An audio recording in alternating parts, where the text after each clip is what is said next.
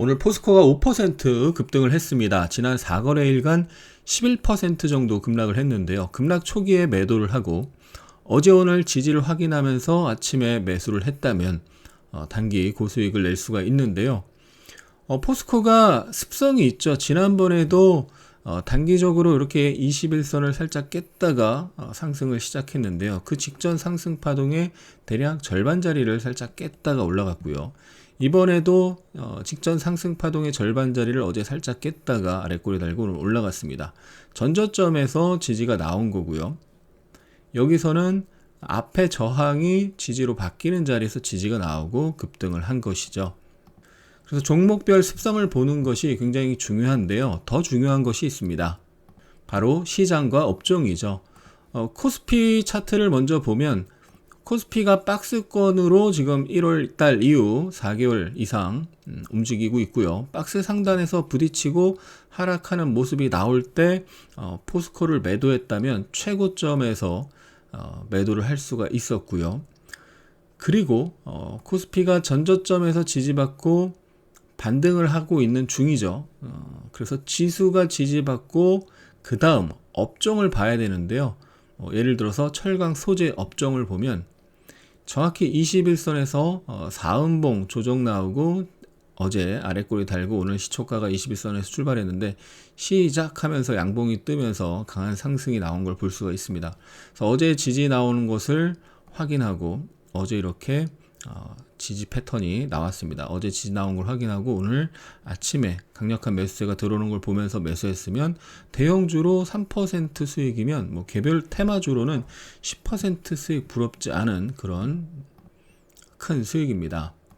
그래서 항상 시장 지수를 먼저 보고 그 다음 해당 업종 지수를 봐야 되고요. 그리고 종목 차트를 같이 봐야 됩니다. 이번에 포스코가 단기적으로 고점에서 10% 이상 급락이 4일 만에 나왔는데요. 업종 차트를 보면 단기 급락이 나올 가능성이 있는 것을 알 수가 있습니다. 바로 월봉 차트를 보면 알 수가 있는데요. 철강 소재 월봉 차트입니다. 이렇게 쌍봉을 만들고 급락을 했지 않습니까? 그리고 그 자리 처음 올라오는데 그런 자리를 한 번에 돌파하고 올라가는 경우는 없다고 봐도 됩니다. 업종 같은 경우는요. 개별 종목이야 공시, 뉴스, 재료가 터지면서 올라가는 경우도 간혹 있지만 업종이 여기서 뚫고 그냥 가는 경우는 거의 없고 그 근처에서 빠지거나 아니면 살짝 경신했다가 빠지거나 단기적으로 조정이 나올 수밖에 없는 자리였던 거죠. 포스코 역시도 월봉 차트를 보면 여기서 부딪히고 급락이 나왔었고요. 그 전에도 여기서 지지가 깨지면서 급락하고 반등했는데 부딪히고 급락이 나왔죠. 그래서 이 자리이기 때문에 이 자리에서 당연히 연속 상승에 대한 쉬어가는 조정이 나오는 것이 자연스럽고요. 그래서 단기 매매를 하더라도 반드시 월봉 차트를 봐야 되고 종목의 차트도 당연히 봐야 되지만 시장, 지수, 코스피나 코스피 200 시장의 차트를 봐야 되고요.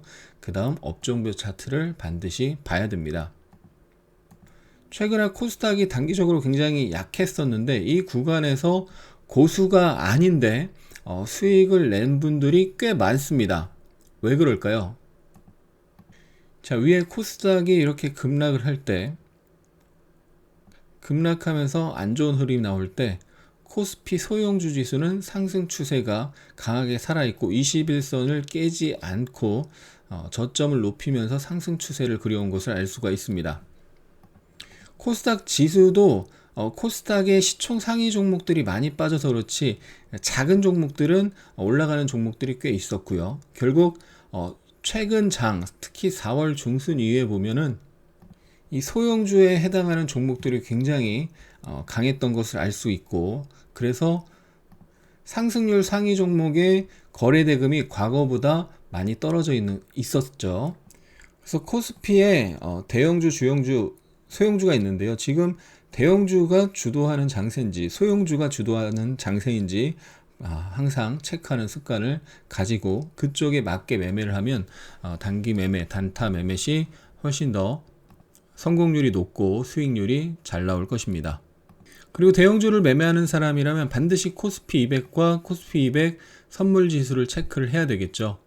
우리나라에서 선물 옵션 시장 비중이 굉장히 크고 외국인들이 선물 옵션 시장에서 단기적으로 뽑아낼 수 있는 수익이 현물 시장보다 큰 경우가 있기 때문에 선물이 또는 선물 옵션 파생 시장이 현물 시장을 흔드는 웹도덕 현상이 있습니다. 그렇기 때문에 반드시 대형주 하시는 분은 선물 지수를 같이 봐야 하고요. 지금 코스피 선물 지수는 아직 21선, 11선 아래에 있습니다. 그래서 11선과 21선을 확실히 올라타야 이 대형주들이 좀 살아날 수가 있는 거죠. 그 전까지는 반등했다가도 밀리고 반등했다가 밀리고도 할 수가 있습니다. 지수를 볼 때 반드시 이평선을 봐야 되는데요. 이번에 코스피가 61선에서 지지가 나왔고요. 코스닥 같은 경우는 121선에서 이렇게 이 회색선 121선에서 지지가 나왔고, 코스닥 150 같은 경우는 241선에서 이렇게 급반등이 나온 것을 볼 수가 있습니다. 이평선에서 반드시 지지가 되는 것은 아니지만 상승 추세 중에 상승 추세를 유지하던 중에 처음으로 만나는 중장기 이평선에서는 지지 시도가 나오는 경우가 많고, 그런 자리에서 다른 지지선, 예를 들면 추세선, 중심선 같은 게 있겠죠. 그래서 다른 지지선인 추이, 중일, 채피 등이 겹칠 때는 지지 확률이 높다라고 생각하시면 되겠고, 과거에 코스피의 월봉 차트를 보면 2008년도 글로벌 금융위기 때 월봉의 122평에서 여러 번 지지가 나오면서 그 이후에 대세 상승이 있었고요. 그리고 처음으로 이제 대세 상승 이후 처음 만나는 62평에서 급등이 나온 것을 볼 수가 있고, 그 이후에도 62평 부근에서 지지도가 여러 번 나왔었고, 그 다음에 2018년 급락이 나올 때 122평에서 이렇게 급반등이 나왔던 걸 볼 수 있고, 작년 3월 코로나 충격으로 급락이 나왔을 때 월봉의 242평이 살짝 깨졌지만 거기서 그 부근에서 급등이 나온 것을 볼 수가 있습니다. 그래서 지수가 상승 추세인지 하락 추세인지 어떤 위치에 있는지를 항상 체크하고, 내가 거래하려는 종목, 보유하고 있는 종목이 어떤 위치에 있는지, 그리고 그 종목의 업종이, 해당 업종이 어떻게 움직이는지, 최근 조선주 굉장히 강했는데 중공업 업종 차트를 보면 조선주를 매매하는데 훨씬 더 높은 성공 확률을 가져갈 수가 있습니다.